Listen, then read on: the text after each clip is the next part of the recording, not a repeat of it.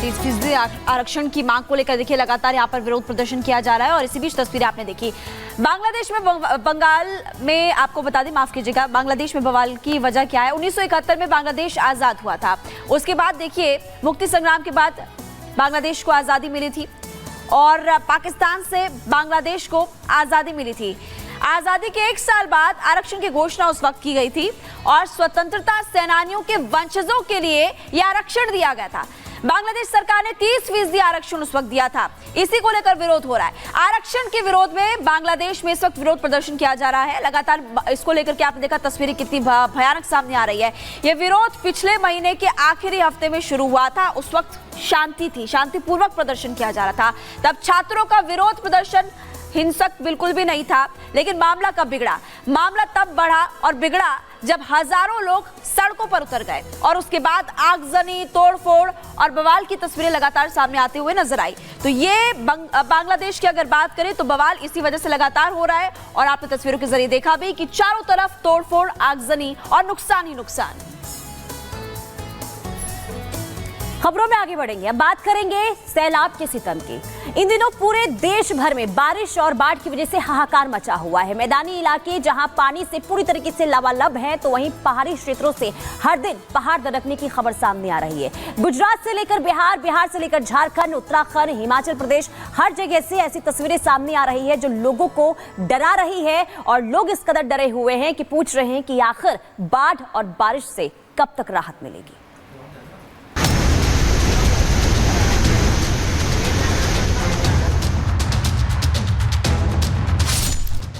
जुलाई का जल झांकी, अभी अगस्त का प्रलय बाकी। मनमानी पर उतरा मानसून, बाढ़ और बारिश से देश में हाहाकार मचा हुआ है। पहाड़ से लेकर मैदान तक तबाही का मंजर देखा जा रहा है। नदियां उफान पर हैं, सड़कें सैलाब बन चुकी हैं। लोगों के घरों में बारिश का पानी घर करता नजर आ रहा है। लोग अपने घरों में कैद होने को मजबूर हो चुके हैं। ये तस्वीरें गोरखपुर के राप्ती नदी की है जो खतरे के निशान से ऊपर बहती हुई नजर आ रही है। गोरखपुर के आसपास के गांव में बाढ़ का कहर देखा जा रहा है।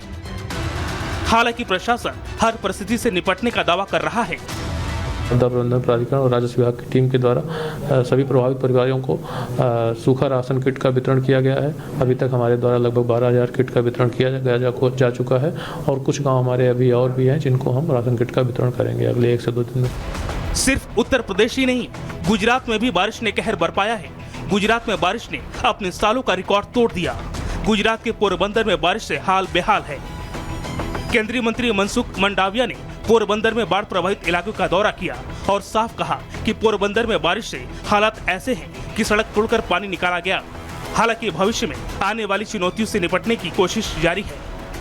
समुद्र का पानी भी जब टाइड होती है तब ये एरिया में आ जाता है, तो उसके बीच में कैसे बैलेंस करा जाए, उसके लिए यहाँ एडमिनिस्ट्रेशन साथ में है, उसको डायरेक्शन दिया है ताकि भविष्य में ऐसा पानी भी ना भरे और समुद्र का पानी भी अंदर ना घुसे। वहीं दूसरी ओर महाराष्ट्र के नागपुर में भी बारिश ने जमकर कहर बरपाया है। सड़कें सैलाब बनी हुई हैं। लोगों के घरों तक बारिश का पानी पहुंच चुका है। हालात अभी भी सामान्य होने वाली नहीं है। आने वाले कुछ दिन में कई राज्यों में भारी बारिश होने की संभावना जताई जा रही है। तेलंगाना, विदर्भ, मध्य महाराष्ट्र, कोंकण, गुजरात में रेड अलर्ट जारी।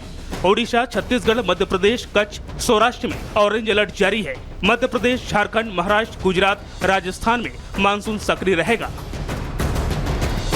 भारत चीन के साथ कनाडा में भी बाढ़ बारिश का कहर देखने को मिल रहा है। चीन में बाढ़ और भारी बारिश के चलते शानाक्षी प्रांत में हाईवे पर बना एक पुल ढह गया। कनाडा के टोरंटो शहर में भारी बारिश के बाद सड़कों पर 1 मीटर तक पानी भर गया। सड़कों पर चल रही गाड़ियों को भारी परेशानी का सामना करना पड़ रहा है। Bureau report, Republic Bharat.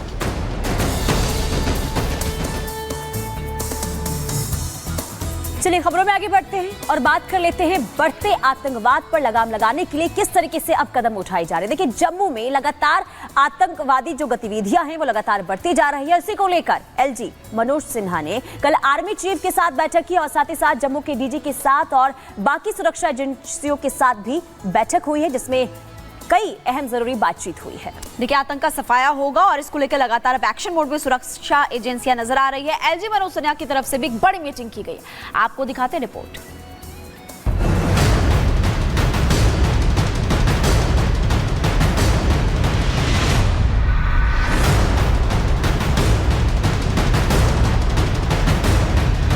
पिछले दिनों जिस तरह से आतंकियों ने जम्मू कश्मीर में घुसपैठ की कोशिश की, उसका मुंहतोड़ जवाब भारतीय सेना ने 15 से ज्यादा आतंकियों को ढेर करके दिया और अभी भी कई जगह सर्च ऑपरेशन जारी है। इन सब के बीच किसी बड़े प्लान की तैयारी चल रही है। तैयारी है आतंकवादियों के खात्मे की और दहशतगर्दों की कमर तोड़ने की। सीसीएस की बैठक के बाद 15 दिनों में दूसरी बार आज सेना प्रमुख उपेंद्र द्विवेदी जम्मू पहुंचे।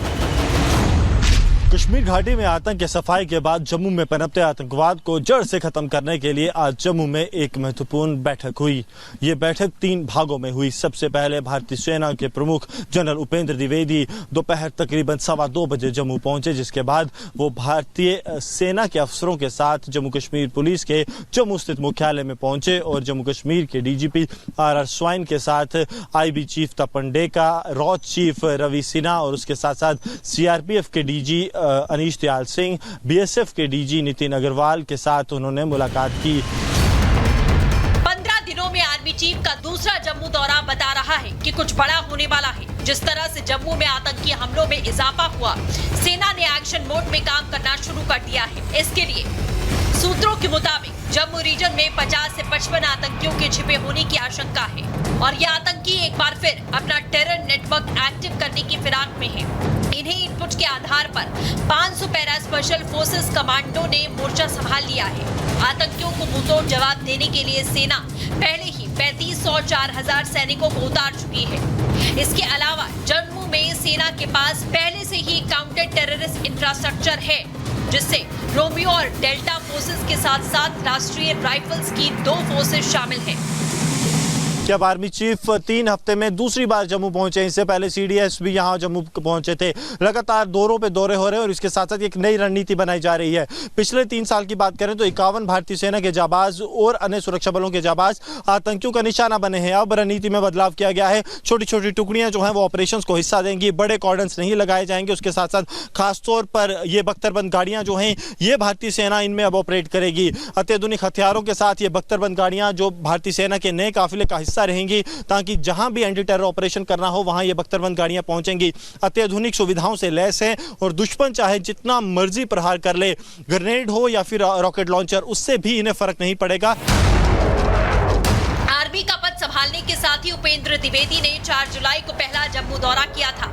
इसके बाद एक बार फिर वो जम्मू दौरे पर है और ये दौरा ऐसे वक्त पर हो रहा है जब पिछले कुछ ही दिनों में आतंकियों ने नापाक मंसूबों को अंजाम दिया है। आर्मी चीफ के दौरे के दौरान अधिकारियों के साथ जम्मू में बढ़ी आतंकी घुसपैठ की घटनाओं की जानकारी ली। अब वो डिफेंसिव एक्शन भी ले जाएंगे, ऑफेंसिव एक्शन भी ले जाएंगे। एक मिलिटेंट जो पार से आया ना, सब खत्म कर दिया जाएगा। एक भी नहीं बचेगा, एक भी नहीं बचेगा। मुझे पूरा यकीन है, हमारे ट्रुप्स तैयार हैं। खाली थोड़ा डिप्लॉयमेंट में फ़र्क लाना है, स्ट्रेटजी में फ़र्क लाना है। वो अब हो रहा है जो पहले होती थी। ग्रिड सिस्टम डिप्लॉयमेंट है, उसके और बड़े फैसले किए जा रहे हैं। पिछले दिनों डोडा में आतंकवादियों ने घुसपैठ की कोशिश की और डेमोग्राफी का बड़ा फायदा भी आतंकियों को मिला। दूर सुदूर जंगल के इलाकों में गाड़ियों का पहुंचना तक मुश्किल होता है। वहां सेना आगे बढ़ने की रणनीति तय कर रही है ताकि किसी भी तरह से आतंकियों को जम्मू की डेमोग्राफी का फायदा न मिल पाए। Bureau report, Republic Bharat. और जम्मू कश्मीर में सेना का एक्शन लगातार जारी, इसको लेकर मीटिंग्स हो रही है और अब आतंकियों को ढूंढा जाएगा, चुन चुन कर इन आतंकियों से बदला लिया जाएगा। खबरों का सिलसिला लगातार जारी है और अब आप तक पहुंचाते हैं दुनिया सुपरफास्ट की बड़ी खबरें।